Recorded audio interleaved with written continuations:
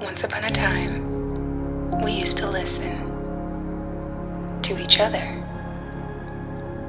Our pain, our joy, our fears, our hopes, and most importantly, our dreams. But somewhere along the way, we got lost and we forgot how to listen. But don't you worry. These stories will have an impact that will help guide you back. Because this is the Rayless Reverie.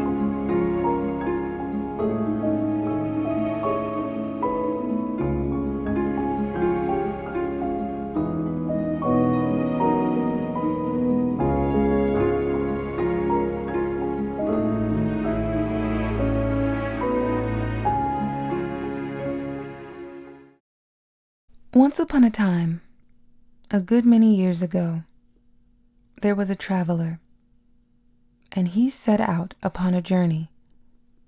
It was a magic journey, and was to seem very long when he began it, and very short when he got halfway through. He traveled along a rather dark path for some little time, without meeting anything, until at last he came to a beautiful child. So he said to the child, "What do you do here?" And the child said, "I am always at play. Come and play with me." So he played with that child the whole day long, and they were very merry. The sky was so blue, the sun was so bright, the water was so sparkling. The leaves were so green, the flowers were so lovely, and they heard such singing birds and saw so many butterflies that everything was beautiful. This was in fine weather. When it rained, they loved to watch the falling drops and to smell the fresh scents. When it blew, it was delightful to listen to the wind and fancy what it said as it came rushing from its home. Where was that, they wondered? Whistling and howling, driving the clouds before it, bending the trees, rumbling in the chimneys, shaking the house, and making the sea roar in fury. But when it snowed, that was the best of all. For they liked nothing so well as to look up at the white flakes falling fast and thick, like down from the breast of millions of white birds, and to see how smooth and deep the drift was, and to listen to the hush upon the paths and the roads. They had plenty of the finest toys in the world, and the most astonishing picture books, all about scimitars and slippers and turbans, and dwarfs and giants and genii and fairies, and bluebeards and beanstalks, and riches and caverns, and forest, and valentines and orsons, and all new and all true. But one day, of a sudden, the traveler lost the child. He called to him over and over again, but got no answer. So he went upon his road and went on for a little while without meeting anything, until at last he came to a handsome boy. So he said to the boy, "What do you do here?" And the boy said, "I am always learning. Come and learn with me." So he learned with that boy about Jupiter and Juno, and the Greeks and the Romans, and I don't know what, and he learned more than I could tell, or he either, for he soon forgot a great deal of it. But they were not always learning. They had the merriest games that were ever played. They rode upon the river in the summer, and skated on the ice in the winter. They were active afoot, and active on horseback, at cricket and all games at ball, at prisoner's base, hare and hounds, follow my leader, and more sports than I can think of. Nobody could beat them. They had holidays too, and 12th cakes, and parties where they danced till midnight, and real theaters where they saw palaces of real gold and silver rise out of the real earth, and saw all the wonders of the world at once. As to friends, they had such dear friends, and so many of them, that I want the time to reckon them up. They were all young like the handsome boy, and were never to be strange to one another all their lives through. Still, one day, in the midst of all these pleasures, the traveler lost the boy as he had lost the child, and after calling to him in vain, went on upon his journey. So he went on for a little while without seeing anything, until at last he came to a young man. So he said to the young man, "What do you do here?" And the young man said, "I am always in love. Come and love with me." So he went away with that young man, and presently they came to one of the prettiest girls that ever was seen, just like Fanny in the corner there. And she had eyes like Fanny, and hair like Fanny, and dimples like Fanny's. And she laughed and colored just as Fanny does while I am talking about her. So the young man fell in love directly, just as somebody I won't mention, the first time he came here, did with Fanny. Well, he was teased sometimes, just as somebody used to be by Fanny, and they quarreled sometimes, just as somebody and Fanny used to quarrel.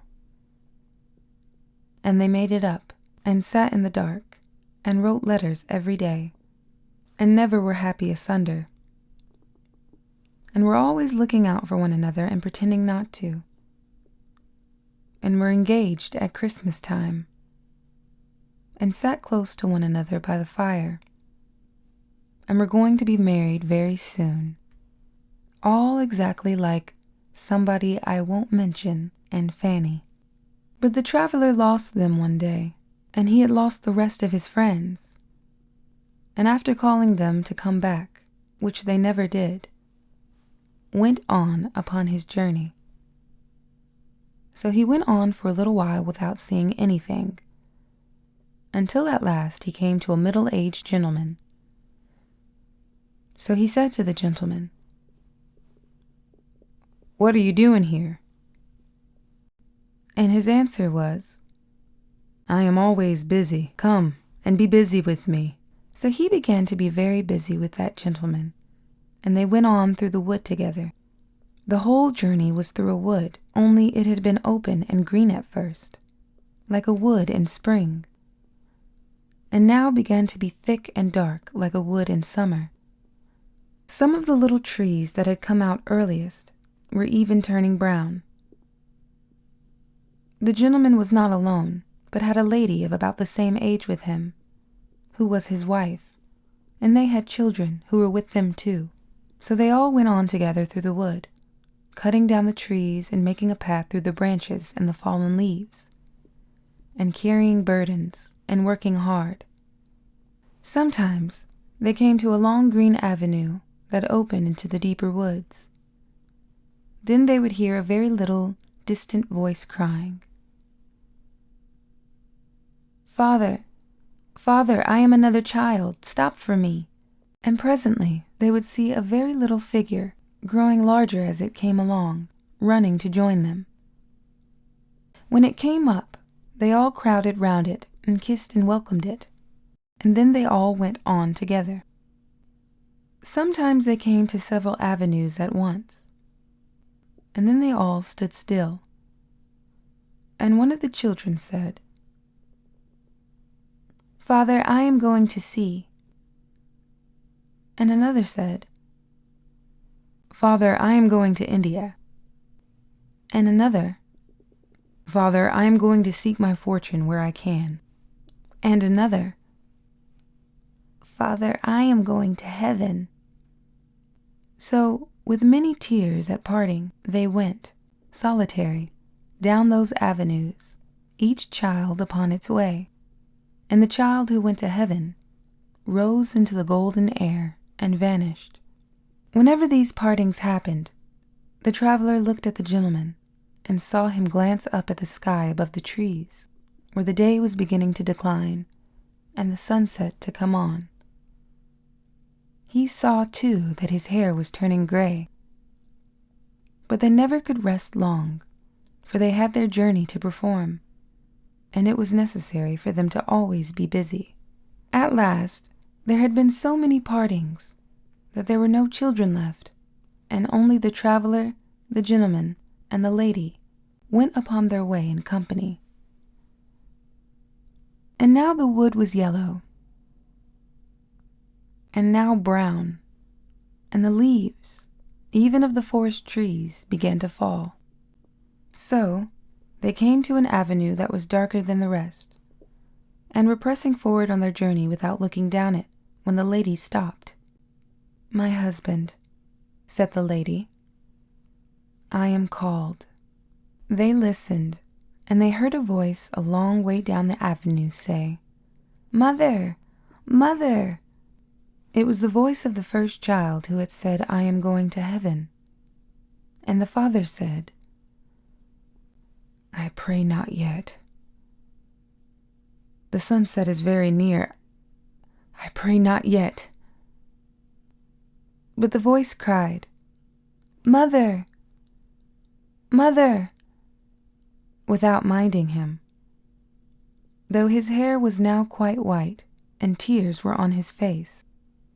Then the mother, who was already drawn into the shade of the dark avenue and moving away with her arms still round his neck, kissed him and said, "My dearest, I am summoned, and I go." And she was gone, and the traveler and he were left alone together. And they went on together until they came to very near the end of the wood, so near that they could see the sunset shining red before them through the trees. Yet, once more, while he broke his way among the branches, the traveler lost his friend. He called and called, but there was no reply. And when he passed out of the wood and saw the peaceful sun going down upon a wide purple prospect, he came to an old man sitting on a fallen tree. So he said to the old man, "What do you do here?" And the old man said with a calm smile, "I am always remembering. Come and remember with me." So the traveler sat down by the side of the old man, face to face with the serene sunset, and all his friends came softly back and stood around him, the beautiful child, the handsome boy, the young man in love, the father, mother, and children. Every one of them was there, and he had lost nothing. So he loved them all, and was kind and forbearing with them all, and was always pleased to watch them all, and they all honored and loved him.